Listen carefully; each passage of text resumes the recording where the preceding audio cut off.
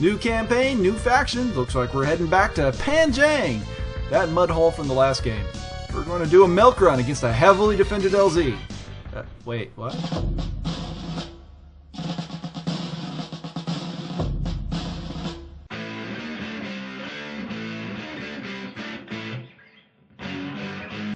Today's narration is brought to you in part partially by an honorary Jade Falcon, which you might be able to hear him in the background.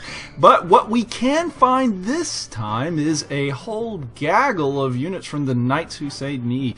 We thought that this was going to be a milk run, so we ended up milking the entire site from orbit.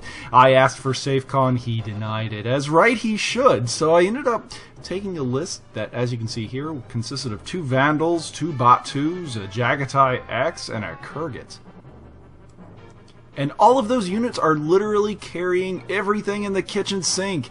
I've got them all loaded up with HE munitions, and the Batus have alternating pylons of Arrow 4 Inferno munitions. We are going to dust this place before we even see it. I want to minimize the amount of return fire because I am pretty sure, per the campaign rules in this case, that he's going to have some sort of air defense artillery missiles set up in an Arrow 4 launcher somewhere. Or at least, that's what I'm expecting.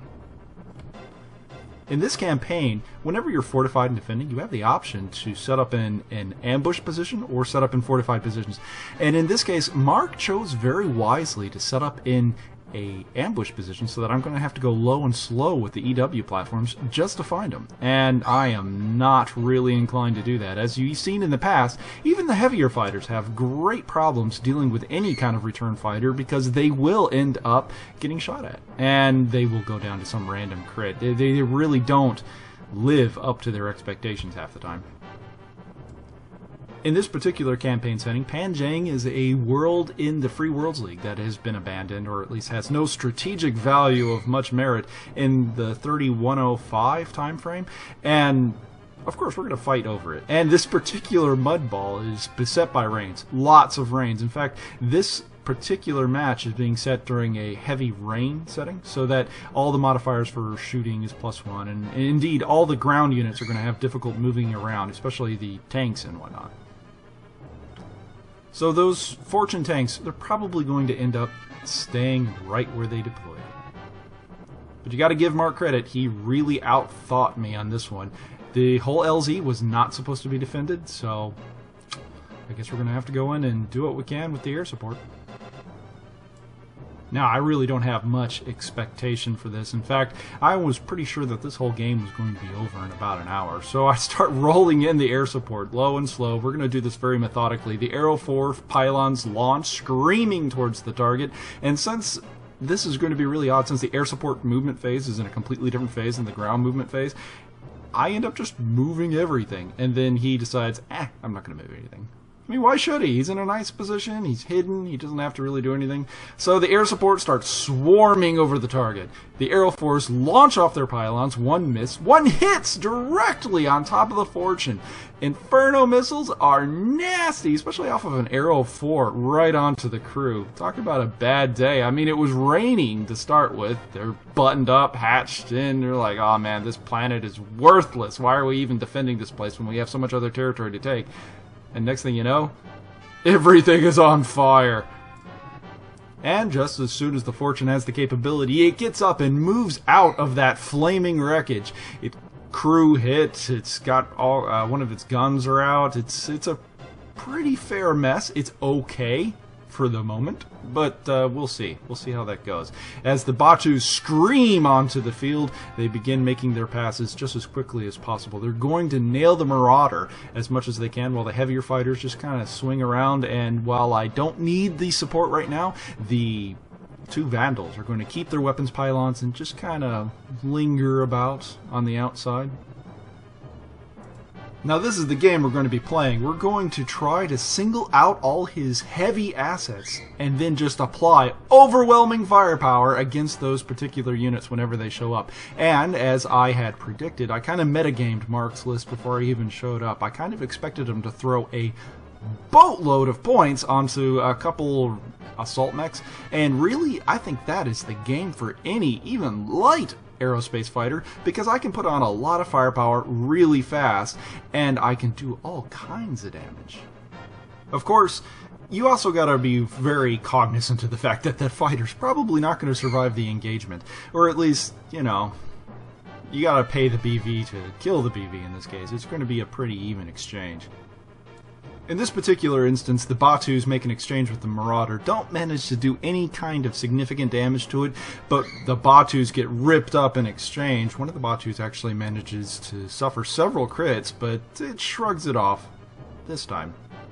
So, in the beginning of the next turn, we begin the retribution as the Jagatai and the Kurgits start lumbering onto the field. The Kurgits itself is actually so emburdened with external stores that it just barely is capable of maintaining flight. I had considered making it like a 0-0 platform and have to descend every turn just to maintain altitude, but in this case we decided to go ahead and make it like a 1-2.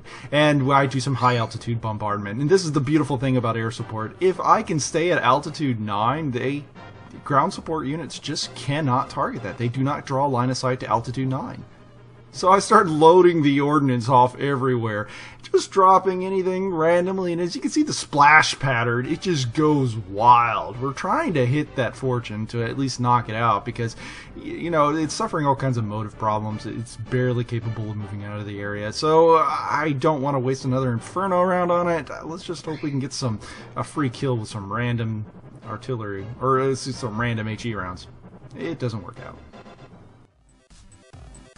Can you name this premier recon mech built by the Lyrans? No, it's not an Atlas.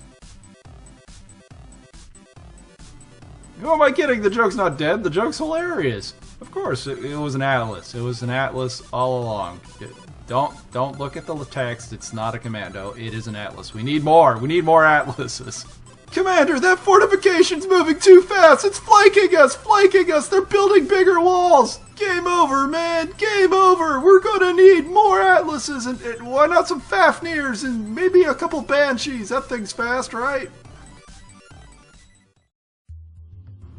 So the Knights continue to not really make a whole lot of movement on the board, and again, they're still wise to do it. There's a Longbow I know I can't see, and there's still an emplacement out there that I know is there. It's a gun truck of some kind, but I still don't see it, so I'm still very reluctant. But the Fortune is still wounded. I gotta get rid of that thing, so I go ahead and send the Vandal to do a gun run against it, and I also send the two Batus to go ahead and take care of it. Meanwhile, his buddy Batu, his wingman, decides to swing in, unloads with his UAC, bada bada bada bada bada bada bada bada ching, and it breaks its autocannon. Oh, that's just great. One's an actual kill, the other one's a mission kill, and while it doesn't actually fall under forced withdrawal, we go ahead and negotiate it to some degree and realize that it's going to be a forced withdrawal in some form or fashion, because it still has some weapons to fire out the back, even though it doesn't actually do anything. It still has an Arrow 4 pylon, it's going to launch it, and it's going to go back to the carrier from which it came. Meanwhile, on the northern end of the board, the Kurgits and the Jagatai make a relatively low pass as they drop the elementals out the back. Well, I mean, you don't want to be around when you have to go get drinks with them later on, but for the moment you're okay because you're going to relatively assume from the aerospace fighter's perspective that the elementals are not going to make it back because there's a Marauder right around the corner. But of course they don't know that, so just, you know, click the light over, tell them to drop. Go, go, go! And of course, that is not taken lightly at all, because the Marauder sees exactly what's going on, decides to go ahead and fire up his fusion reactor and starts lumbering over there because, you know, I'm not going to tangle with it. Not right now. I'm going to wait till it's moving, in this case, because now it's not going to have effective fire and return fire, which is kind of an awful decision to have to make on Mark's part. You either sit around and wait to die or move and die anyway. Nonetheless, the elementals see what's going on as they fall down to the earth and scream, "Broken arrow! Broken arrow!" I mean, at this point, I still have a lot of ordnance sitting around on the Jagatai and on the Kurgits, and the Vandals still haven't dropped what they got, even though the two Batus are more or less gone. We do fire off one Inferno 4 as we just kind of lumber about. I'm not really going to throw everything into this particular engagement. You know, because I can just afford to wait until I see what's on the board and then just pick them off.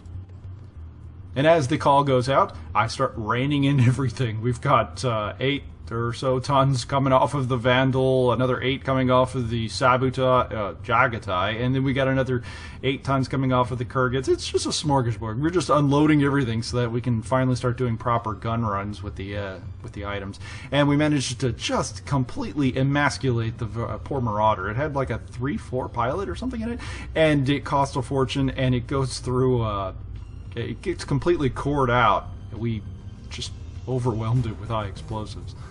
Which is exactly what we want to do. The objective here in this scenario is to just put half his BV into force withdrawal, and with that, we're almost 2/3 of the way there.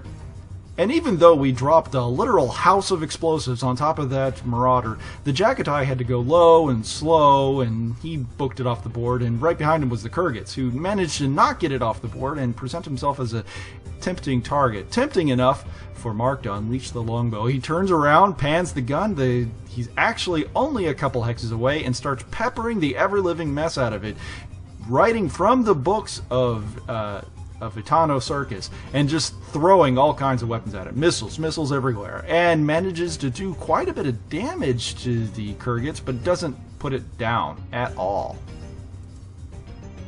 In fact, for the effort of being revealed, he only manages to crit one of the ERPPCs off of the Kurgats, which, as the aerospace player, I'll call that a victory every time, because it could have been a lot worse.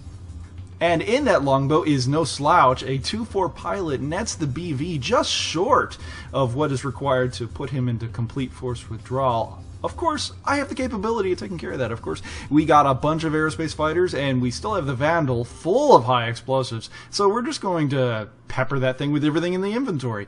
We just have to put that thing out, and when we do, which is practically an inevitability at this point, we're going to put his whole force into force withdrawal, and then we can land whenever we want, which is a weird quirk of an all-aerospace force. I don't necessarily have to sit in his face for more than one turn. I can just lazily turn around, organize everybody, and get them ready for one massive swinging airstrike so that we can just overwhelm his capability to shoot down everything.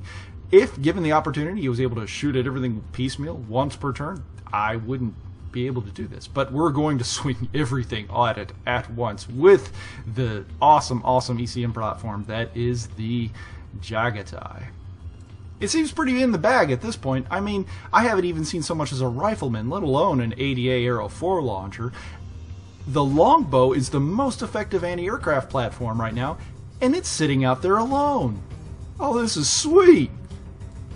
And as that inevitability becomes painfully clear to my opponent, Mark, he takes it like a champ, and we start layering on all the high explosives, all the autocannon 20s, all the PPCs, large pulse lasers. Surprisingly, a lot misses, but we manage to put a lot of these shots right into the back of that Longbow 12C. And while it is an impressive fire support platform, it is not a great armor platform. As we begin chewing through it, we get close to 4 crits on its back, and it mostly goes to the engine until one of them hits the ammo. Boom! We put the mech down, and off goes the Jade Falcon. We are now like literally 50 points away from putting him into forced withdrawal. And my buddy takes a look at his list, and he seriously considers whether or not he should continue moving, as he moves his crab forward to try to do something about the elementals that I dropped off on the hill, and it splashes going into the water and only just barely manages to not threshold his own arm into the fire, no less. So not that it would matter, but it would destroy the arm. You know, stop hitting yourself, stop hitting yourself. So yeah, he calls it. He decides that there's just no way that he's going to be able to actually compete against what was going on, that it's just a matter of picking apart what's left. But in my defense, or at least the air support angle of things, I would have to do a bunch of gun runs, and that's terrifying to do because just about anything will crit an aerospace fighter and put it into the ground.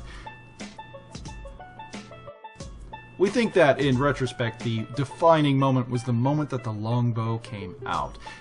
Once the Longbow came out and it became an easy target, then it was necessary for me to have to take that out by itself. Otherwise, I would have to go after all the medium units, and there's a lot of, you know, even the Crab is formidable as an anti-aircraft platform when I'm barreling down on it. Granted, I would have killed it, I would have probably killed the Fortune too, but odds are, I would say the Jagatai or the Kurgats would probably suffer something like a fuel tank hit or something and have to turn around and run away. But that's hindsight. This has been an Ouchies Batrep, and thanks for watching. The campaign is off to a fantastic start as Jade Falcon took the LZ on Panjang, the worthless mudball of a world that, to be frank, I didn't really even want. I was just trying to dick around with Mark, and he called the ball. He called the ball.